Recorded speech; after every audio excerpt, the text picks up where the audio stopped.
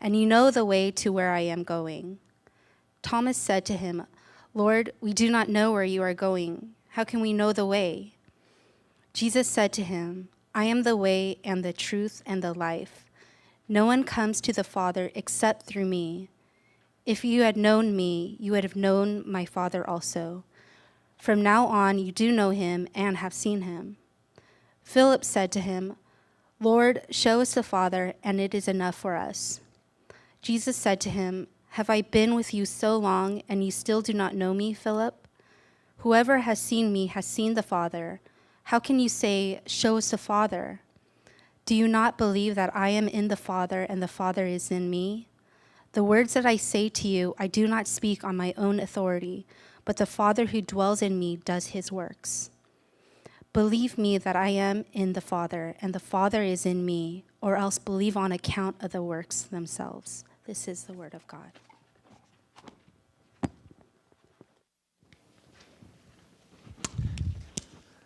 Hi guys, how do you like my shirt?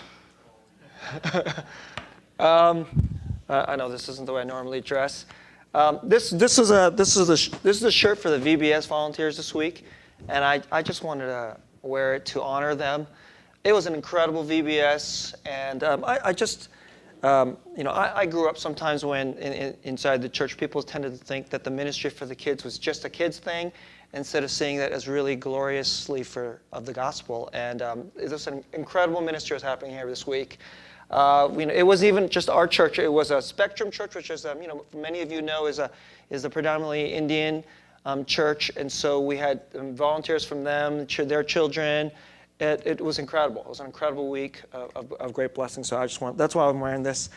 Before I get this started, I just want to make a quick plug for this is Damon's thing here about this fundraising dinner where you engage your neighbors. I think that is such a cool and clever idea. I'm not sure if you've personally experienced this or not. Like when I go to my dentist, she knows about Bishop because she asked me, "What are you doing this summer?" And I'm going, "Well, I'm going to be on a Native American reservation." And so then she starts asking about it, and all the people at my dentist's office are fascinated by this work that our church does, and they're kind of all over the place in terms of religious beliefs, and so I hope that many of you may have experienced this, and you'll give this a shot. Ask some people to come over and just be really forthright, saying, "I'm going to make a pitch to you for a fundraiser about a really great cause, and no pressure, you don't have to give." And then over dinner, you can share all about it, and then they can decide if they want to give or not. And I think it'll just be a great way to just engage your neighbors. And then this is the part I think is awesome. Non-Christians may give to the Lord. Okay, that's the part that I think will be like, yes. Okay, but if that'll be. I hope this will be just a beautiful way to love your neighbors, and then also we get to support the ministry of the kingdom on the reservation. All right, that's enough. Let's get to the message today. We're starting a new series that we're going to call Hard Questions. And so this is what we're going to run through the summer. And each week we just like to highlight a question that people we live in a post-Christian culture, and there are a lot of skeptical questions, and they have doubts about why they don't think Christianity is credible. And so each week we'd like to tackle one of these type of questions and try to give a really biblical and an answer that people will see as relevant to their lives. It won't just be me. I will do the first two messages, but then we're going to have all the different pastors, all the English-speaking ones, that is, and take a crack at a different question. And if there's one that you're burning to have answered, you let us know and we'll consider it, okay? But to start the series, I decided to hit the doozy. The question is, how can Jesus be the only way to salvation? Right? Maybe it's a question you ask. And then of course, I'm sure you have friends, neighbors, maybe even your family members who don't believe in Jesus. This is in their mind. This is like it's offensive. Isn't this exclusivistic? This is really the question of exclusivism. And that, you can think that your religion has the only right truth that takes people to salvation. That seems very arrogant and very narrow-minded and very exclusive, and you're excluding all these other religious worldviews. How could you possibly be so arrogant? I can't accept a worldview like that. Okay, so that is a common objection to Christianity, and that's the one we're going to deal with today. All right, and so in 3 parts. Part 1, the blind men and the elephant. You guys know what I'm going to talk about, right? The blind men and the elephant. If you don't know what I'm going to talk about, I'm sure you'll have heard something like this before. Part 2, practicing religion and the exclusionary clash of values. This is something everybody does. So this is maybe a bit of a surprise. If you're listening to this message and you don't consider yourself a religious person, I'm going to challenge you by saying everybody practices religion. Everybody practices religion, and everybody practices exclusionary values, all right? There's an exclusionary class of values that happen in our society, and everybody does it. It's not like just a Christian thing, and we're so tolerant and Christians are intolerant. That's just false, right? And part 3, I'm going to close and try to finally give something more of a really central Christian answer to this question of why it has to only be Jesus. And I'm going to close with a portion talking about the union with Christ and the nature of true salvation, right? The union with Christ and the nature of true salvation. So part 1, the blind man and the elephant. You guys have probably heard this story. There are many people who want to believe this, there's a famous Hindu, it's actually Hindu, a Hindu parable. The reality is something like an elephant. Okay, reality is an elephant, and all the different adherents, all the different positions of religions are like blind men, except they're all touching a different portion of the elephant. Some are, dealing with the tusk. It's pointy and kind of hard. Some are dealing with the trunk. It's kind of long, and then some are like just dealing with the belly, and like it's kind of like, what is this? It's like big and like unwieldy or something like this. And you touch different portions of the elephant, but really, all these different religions, they're just only seeing just portions of it. But really, at the end of it, when it gets all, we'll all just seeing that they're just all alternative ways to the same one reality, which is the elephant, right? God or heaven or ultimate reality or whatever language that people want to use is ultimately something like that elephant. You guys have heard this? Now let me just start with this. A lot of people believe this, and that our society, when they look at Christianity seems to be completely, Christianity, the gospel, flat out disagrees with this perception of reality. That there is one God, he can be known. We're not blind to it. Of course, you cannot know him exhaustively, but you can know him reliably. And the pathway, well, there's one way, and that is through Jesus Christ. So there is a flat out disagreement here.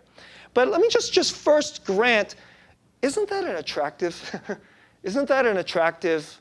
position? Wouldn't it be nice if, this Christianity, this is just kind of our way of doing it, and then the Hindus have their way of doing it, and the Buddhists have their way of doing it, secularists have their way of doing it, and we're all just well-meaning people, and we all just kind of end up in the same place. We wouldn't have to argue about it. It seems like a really nice view. And one of the underlying positions is not just the sheer doctrine that Christianity believes that there's only one way to salvation. One of the offenses is that there's an underlying question mark in our society about peace and about civic order. Can we have a real pluralistic society where people really believe deeply different things and yet really treat each other with civic kindness and accept each other as human beings? Like, that's one of the accusations against Christianity, is that because we have this supposedly this most arrogant and intolerant perspective on religion, that we're going to be people that undermine civic peace. But I actually would like to propose that it's actually quite the opposite. It's actually quite the opposite. That if there is no deep, fundamental one basis of what it means to be human that we can rely upon and see, and actually that we're all just going to have, that we're going to have different and deeply contradictory factions with no fundamental basis of unity, that is actually the thing that produces warring factions. Now, it seems like a really nice idea. Now, this viewpoint, I mean, I'm sure many of you have heard this before. The person, at least in the West, who's really analyzed this is Leslie Newbigin. And he wrote this book called The Gospel in a Pluralist World. And Leslie Newbigin is an English missionary to India. And so, of course, he knows all about different Hindu perspectives. And he wrestled with this. He says, this seems like a very attractive perspective. I mean, I'll very admit to you that there's a part of me that says, like, it would be kind of nice to be like this, and then I don't have to, like, put myself out there as Christian and then, like, offend certain people, and then we'll just kind of get along. Is that's what like people like to think, that we're all just well-meaning and we'll get along. But Leslie Newbigin pointed something out about this. He said that if you actually think about this, there's a hidden, exclusive, and actually arrogant claim that's going on there. That if you actually think about the story, if you know the story, you know the elephant. You know that ultimate reality is an elephant inside the story. Well, how can anybody know that if no one religion actually has access to the big truth? In other words, even inside that story, there is a piece of dogma. There is a piece of belief and doctrine that they're asking you to accept. It's kind of being slipped in on the backside. But there is a point that says, well, we already know what the reality is. Everybody's partially blind, but of course, except for those of us who posit the elephant.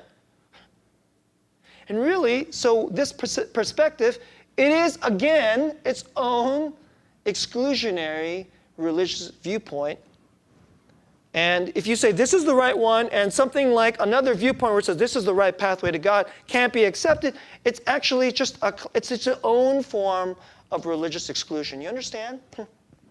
That inside of itself, there's a kind of self-defeating incoherence going on. Now, let me unpack this a little bit more. I actually think that it makes sense that it comes from Hinduism. And I'm not sure how many of you, not that I'm any kind of expert on Hinduism, but I know that at least I know the basic tenets. And Hinduism is a kind of amalgam of two I think tension-filled, contradictory worldviews. One is pantheism. And pantheism is the view that there is an impersonal force that is God. It's not a God you can pray to and get to know, but it's like an impersonal. It's kind of, like you guys have all seen Star Wars. This is the Force. May the Force be with you. And it's like a force that holds all. Of course, they don't call it, in Hinduism, they don't call it the Force. They call it Brahma, right? B-R-A-H-M-A. I'm probably butchering the pronunciation, right? And that's the ultimate reality, Brahma. And so in their view, the elephant is Brahma. And there's no impersonal, and nobody can grasp all of it. But in their day-to-day lives throughout India, what you have are practicing polytheists. You have pantheism and polytheism kind of like held together in an odd kind of tension. And so day-to-day, they're all relativists. It's like, I have my God, you have your God, that village has their God. On the other side of India, where they're Hindus, they have their God. Our God is completely contradictory to that God, and we actually hate those kind of people even though they're Hindus. Because their values we actually consider them really wrong. And if those people were to be our neighbors, we'd probably have a war. Because that's what relativism actually produces. Polytheism and relativism, because there's no one truth. There's only just different kinds of gods all over the place. This is all it can produce. And so it sounds like there is some kind of like ultimate coherence, but there's no access to it. And so this is why it's ultimately a Hindu parable. some people in the West, secularists in the West, relativists in the West, like this viewpoint because it's seemingly a way to say we can accept everybody. But in reality, that's not how it actually works. In reality, if you're going to do some type of relativism, that's the way we do it in the West. I'm saying in Hinduism, they wouldn't call it relativism, but it's practically the same thing. Different gods, our God is this, your God. We have totally different practices than you, and we think your practices are very bad and wrong. We like ours, we don't like yours. And it's a form of relativism, and somehow we all kind of end up in the same place, even though we think you're really bad people. It's intellectually incoherent. It is morally shallow, and it does not work. It does not produce civic peace. And how can human beings you actually deep down believe that my God is right and your God is bad? This is how it is in India. I mean, we don't hear so much about their religious clashes and their violence and so forth because, the Western media doesn't really pay attention to that portion of the world. But if you talk to Indians, they say, yeah, this stuff happens. And so clashes between Hindus and Muslims, and Hindus against Christians, and Muslims against Sikhs, and Hindus against Hindus. Because this is what it produces. So inside, it seems like, oh yeah, we all can just have like this kind of like super, like doctrinal tolerance, but there is no real such thing. That's one of the things I want to point out. Inside of our society, if this kind of secular vision, if the blind man and the elephant, which so many people in our society believe or want to believe, even if they've never heard the parable, they say to you some version of this type of worldview. Nobody has it all. We'll all just kind of end up in the same place, if we're all well-meaning, decent people, right?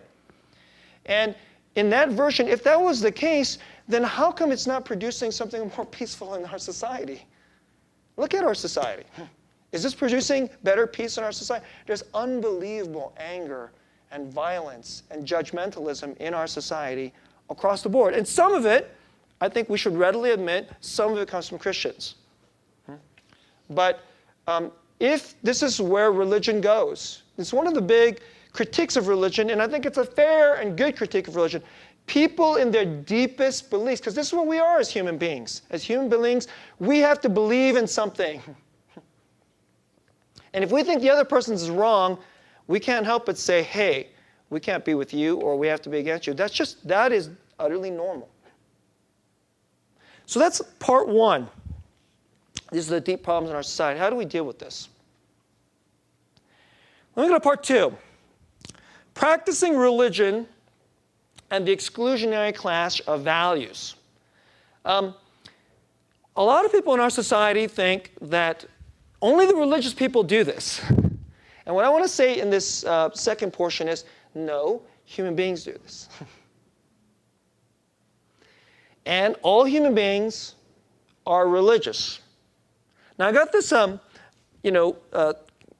I got this portion, this illustration I got from Tim Keller. He actually gives a brilliant, similar sermon on this, although I'm kind of going to go to a different place in the latter portion of this sermon. But he gives this illustration. So this isn't a, this isn't a deep, or like, it's a pretty accessible illustration. And the reason, and I want to offer this to you because I think it's really helpful. In our society, I don't know if you know this, but back in the 70s and the 80s, various different states started passing these things called no-fault divorce laws. And so if you go back in American history, you get to the 60s and the 50s, there's far less divorce in America. And one of the reasons, not the only reason, but one of the important factors was legally, it was just a lot harder to get divorced. But now it's very easy to get divorced. I don't know if you know this, but in a no-fault divorce situation, if one of the parties says, I don't want to be divorced, they can just cite something like irreconcilable differences. You don't have to cite that they cheated on me or beat me or something like this. You can just cite something like irreconcilable differences, which is like pretty, like I just don't get along with this person, right? And even if the other person wants to save the marriage, they basically can't save the marriage because the person who wants to bail can bail. And that's how it works. I don't know if you know that. That's how it works right here in California and all throughout America where they have no-fault divorce laws. Now, the majority of Americans agreed with these views. The divorce should be, they just say, people, sometimes it just doesn't work out. And if it doesn't work out, you should be able to end the marriage because, everybody has to kind of do what works for them, right? But actually, some people just think this is not a piece of religion, but it is. You ever think about that? So this isn't something about church. This isn't what we normally put in the, in this category. We tend to have like boxes in our mind. This is the religion category. And then no-fault divorce laws it's just a practical thing that we do in our society. This is the legal category, and it's just in our culture. We just have to make things work. But it's actually rife with religion and its values and its beliefs. So if you go to another country, why is that? In our country, we believe that the needs or the wants of the individual should take primacy. That's more highly to be valued than the wants of, say, the family. And so if someone wants to break their family because they just can't take it anymore, and look, I'm not trying to in any way be judgmental. I do think there are good biblical reasons that there can be for divorce. Should be rare, so I'm not trying to make this judgment, but I'm just trying to play this out for you. In our culture, individual wants and desires take primacy over the family. But in another culture, in many other cultures, they absolutely believe the opposite. No way. Divorce should be hard. You are bound to stick it together with your husband or your wife for the sake of the kids, for the sake of the grandparents, for the children, for your names, all these different things. And it is legally this way, and your culture has stigma and will label you badly, and there'll be great judgment on you because you're breaking what is more importantly, what is right. What you're doing is wrong. So this is a flat out question of right versus wrong. And these, what you realize is all human beings need to answer these questions. What is right and what is wrong? What is higher value? What is lower, more of a, you know what that is? These are all religious questions. And on what basis can you say this is right versus what is wrong? This value is higher than this value. So in the West, especially in our secular West, this individualism value has gotten so high that this is the way it works. But it's a religious viewpoint, you understand? So I'm not even talking about a specific religion that we like to name, but it is a religious viewpoint. And so this idea that we can all just kind of like, we'll just go this way and you go this, come on. That's not real. Even in our society, so just to use some societies are extremely rigid about these things, stringent. Would you like that? I don't think most of us would agree on that. But there we are. It is a clash of religious beliefs and commitments. And it's not just something you do inside of a religious building. We insist that our society be run a certain way. And it's not like, well, you just do it your way, we'll just do it our way. No. We'll do it our way, and our way is better than your way. It's the right way. It excludes. So the reason I'm pointing this out is that this notion that Christians are the only people who have this one pathway that this is the right way to live, and this is the right way, as human beings, and then ultimately we have this question of eternity and so forth. This is just false. That there is this there's an assumed sense that everybody knows how to get along, and we all just kind of have this vague set of right and wrongs that we generally agree on, just don't violate that. But in the West, largely, it is due to the fact that most of our people, we still have the remnants of Christianity. The West, there's lots of people who are both conservative and liberal, and they would agree on many things. Let me just give you an example. Like we have this campaign. Like, why are so many non-Christians? Like we talked about this, earlier. Before I got into the sermon. Why are so many non-Christians interested? So, I find it very fascinating that when we talk about a missional work where we go on the reservation, on the Native American reservation, and help a lot of poor Native Americans and try to love them and offer our love and kindness to them, why do non-Christians People will be like, no way on the Jesus thing. Why are they deeply interested in that? Because they share the same fundamental value that there's an important question of justice and mercy and kindness to the poor, especially if there was oppression and racial injustice in the past. That needs to be righted. But do you think they think that way in India? Of course they don't.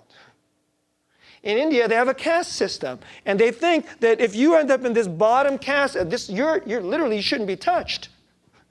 But that is a completely opposite viewpoint of religious values of right and wrong to the way we do things in the West. So here you think two people have very different religious viewpoints, but their fundamental religious perspective on right and wrong is actually the same. Why? Because the people who don't believe in Christianity anymore are still influenced by its past and its values about how they look at it. They don't think it has anything to do with God. They just think if you're a decent person, you should care about justice and oppression and the poor. Many people in the West who just think that should just be a basic. Let me just tell you, that is not a basic. That's a religious viewpoint. You know where that religious viewpoint comes from? The Bible. And it comes from 2,000 years of Western Christian history. That's where it comes from. And if you go outside of the West, it becomes very obvious. It becomes very obvious, wow, that's a religious viewpoint. And they will think that the left-wing secularist and somebody who has a more traditional Jewish or Christian or even Mormon perspective on this, they're like, that just seems Christianity to me. Seems like a Western Christian value to me. Because it is agreed on that point. It's religious. And it excludes. Okay? And so what I want to say is a couple things before I finally get to the answer why Christianity has our position. Two things. Number one, there is an assumption that we all know what it means to be a good person. Maybe in the West there's a general agreement, but now we're starting to have bigger and bigger disagreements, which is why we have a lot of anger in our society. And the culture wars in America, you know what they should be called? They really should be called the morality and religion wars. That's because that's what they are. And who are strong participants in the morality religion wars? Oddly, atheists and agnostics and secularists, because they practice religion too. And exclusionary religion and judgmental religion. Because when something is right, so if this is the way it is, really, instead of saying, what I want to do is challenge you today, if you think that the Christianity is some special intolerant religion, I want to challenge you today, at least we know what we believe, and we're not trying to make a boast of something, quite frankly, that's incoherent and false. So I know this is a little bit of a tough argument. I'm making an argument here, and it's something to think about. And it's something that I want, as Christians, if you believe in Jesus today, I'm not asking you to be tough to your neighbors, but you shouldn't think that, we're the intolerant people and they're the... That's not true. It's not true.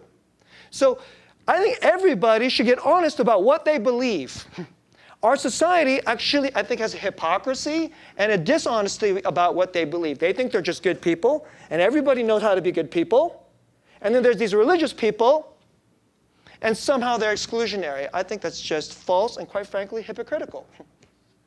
We at least are putting on the table, here's what we believe and why.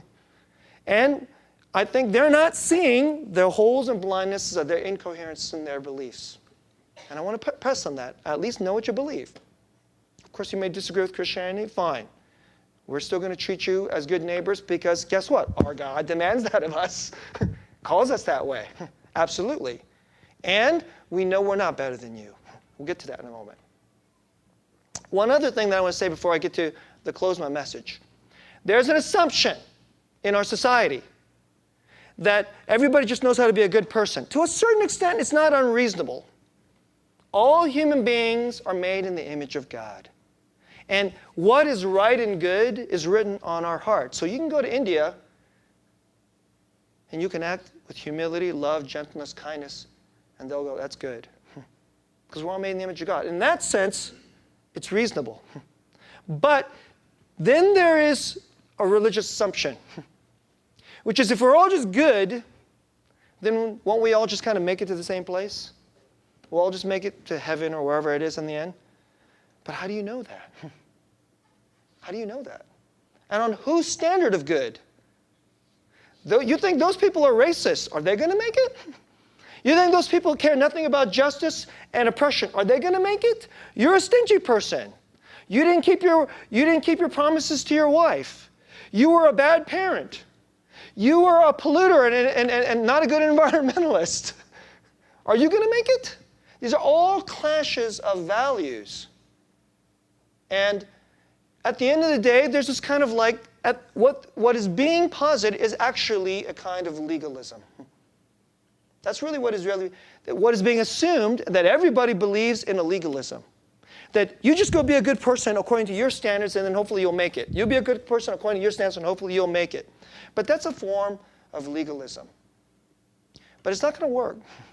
It's actually this kind of legalism that produces all the great clashes.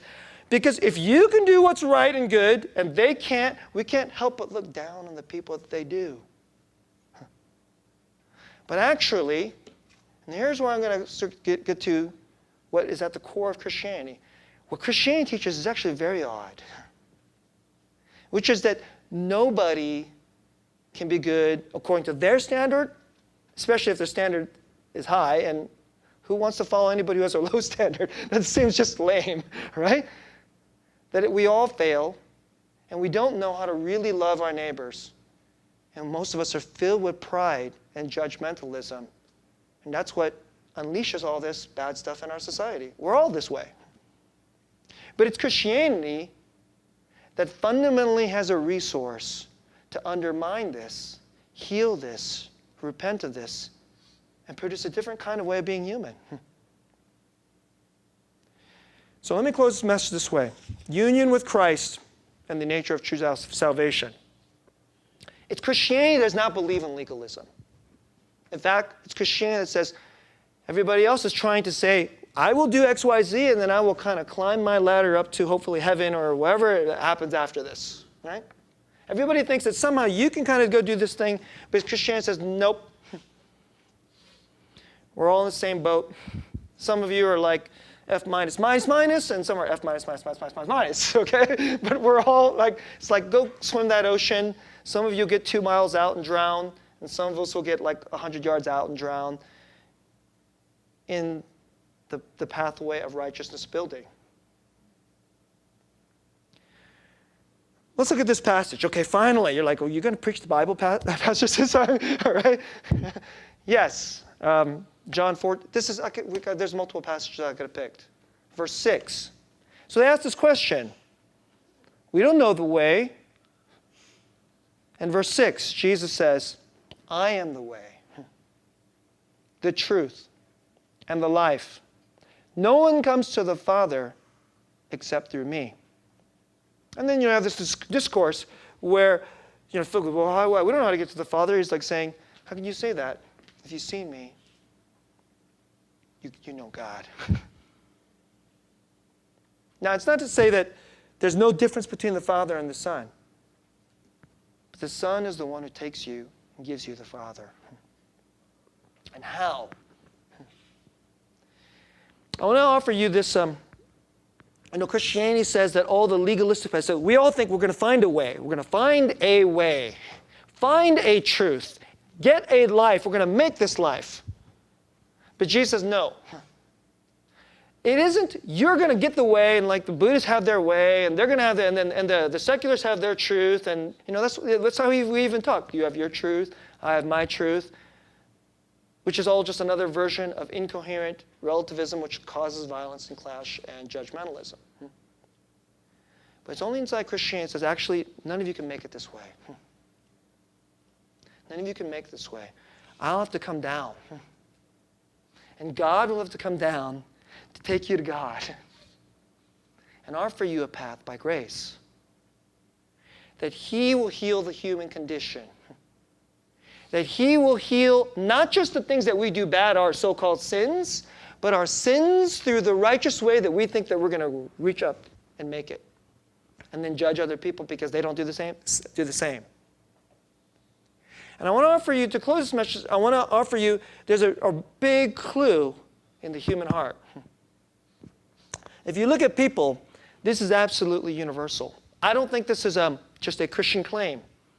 You can go to any place in the world, black, white, Asian, Hispanic, rich, poor, any century. You read the historical texts. You can read a book out of like 1000 BC. You can read a Hindu text out of 500 years ago, 2,000 years ago, and human beings are all this way. They're all this way, which is this. That we all long for somewhere along the line, something, we have to give our lives and our heart to something, and that is going to be our way. That will be our truth. That will give us our life. That will complete us and make us whole. Now, in the modern West, it used to be that people go, well, that had to be God. And I like to use Tim Keller's definition of like sin, which he actually got from Søren Kierkegaard, which is, what is sin? Building your life on anything that is not God. But since we don't know how to see God and find God, we still have to be human. So some of us have to go find that thing, that way that will give me my truth and give me my life and give me the life that will make me whole, that will save me. Maybe you don't exactly use that language, but actually the language that our society tends to use, that will fulfill me. Fulfillment is salvation language. It's a religion language. Man, and it typically tends to be something like this. Some of you, like you have the higher things. You long for love. Love will save me. Maybe the love in my family will save me. Maybe finding that perfect soulmate will save me, will complete me. It'll be my way. Some of you, maybe it's for beauty. Some of you, it's for justice, and so you got to like fight for the cause for justice. Maybe some of you, it's something, it doesn't even have to be something quite like that. It could just be money or comfort. Or it's actually a little something better than that, achievement. If I just make it to this place in my field, then they'll remember me, and I'll have done something that matters, and that'll be my way. That'll be the way my life will be fulfilled. We all like this. And here's what the Bible teaches. There is a love. There is beauty. There is ultimate justice. There is honor. And what we all want is, we want to go into this thing, and then whatever that is, we want it to, that group of people that represents love or honor, those people to say, yes, you lived a worthy life. And we embrace you. And we confer upon you that you lived in a really worthy way and a truth and a life. That's what we all want. Have you guys been to funerals? I mean, this is really, it is deep. I'm the pastor of a congregation of relatively people who are, most of you guys are pretty young, and hopefully none of you guys are going to die anytime soon, all right?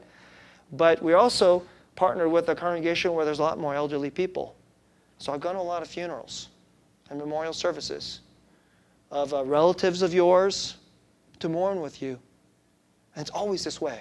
It's always this way. They don't talk about like how much money you made or whatever. Really, what they always say is there was a way that he lived. And it was really worthy of a truth. And this was a life. We all want this thing. And we're all looking for it. What the Bible tells you is there is an ultimate love and a beauty and a truth. And it's all in a person. That God isn't an impersonal force out there, isn't just some transcendent, eternal justice or love or something like this. And it is an ultimate person. And here's what salvation is. A lot of people just think if you're just a good person, then you'll just end up being in a good place and then you're saved. Not right. That is a very, very low and shallow way of thinking about salvation. In the deepest place of your human heart, you must find that which you deeply, deeply love, honor, worship. And what you worship will receive you, forgive you, envelop you, and love you. That's what we're all looking for. And here's what the gospel teaches. He who is love incarnate, absolute beauty, most worthy of honor, ingenuity, creativity, the one who flung stars into space. He came down and he said, none of you will ever be able to make the way, the truth, but I am the way. And he came to say, I will forgive you. I will atone for all your failures, which will be many and terrible. I will wash you. I will embrace you. And if you turn to me and give your life to me, you and I will be one. I will embrace you, and we'll be united. And you will be cherished and made worthy and loved forever.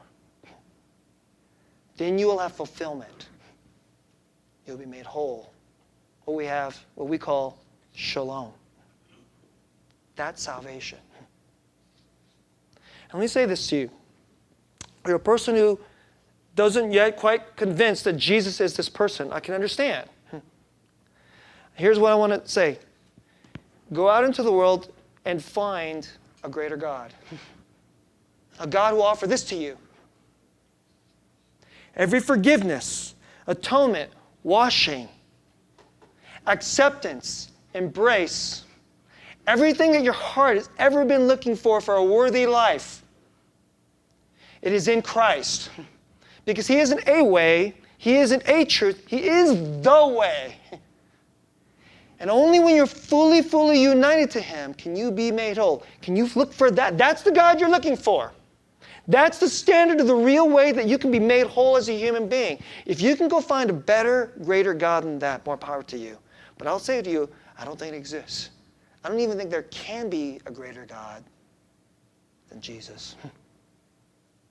And if salvation is really to be utterly united to a deep and gloriously beautiful person,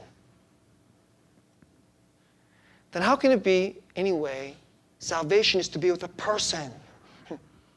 If you're not with that person, then how can you be saved? It's the thing that your heart deeply, deeply needs to be made whole is in a person with all His infinite love and beauty and wisdom and worthiness. How can it be another way? You got to find that person. And what we offer to you, the very, very good news is there is such a person. And He has come. He has come to seek you, to rescue you, to invite you to be united with Him forever and ever. And His name is Jesus. Would you consider Him? If you're hearing this message today, would you consider Him? And for all those of you who already do believe in Him, would you think about how very often we fall away from this? How so easily we fall away from this. We do give ourselves to okay, if my career just accepts me, then I'll be whole. And we fall off. And we kind of fall into all the polytheisms of our times. Would you cast that away and run to Jesus? And don't be nervous. It's not because we're exclusive, because this is where the deepest, realest, most truest, fullest hope and completion can ever be. When the one that can fully complete you and fulfill you is a person. He's come to love you and rescue you. This is the gospel. Let's pray.